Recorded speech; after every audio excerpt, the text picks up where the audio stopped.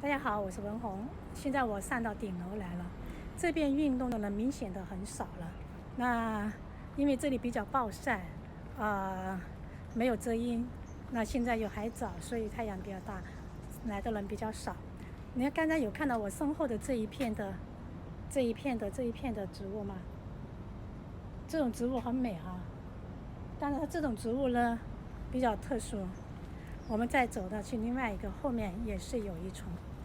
它呢，它没什么药性，它是一种一般的观赏性的植物。那这种植物啊，它的很好看。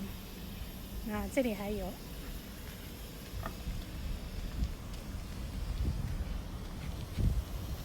看到哈，它栽种就是这样子一整排，它就是一种观赏性的。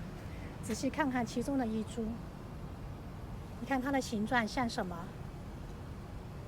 它的形状像鸟的嘴尖，对吧？这种植物呢叫做红鸟椒，它没有什么药性，但是它是一种很高级的插花的材料，一种很高级的插花材料。这样一片下来，它很容易栽种，一片下来超美的是吧？好，就这样。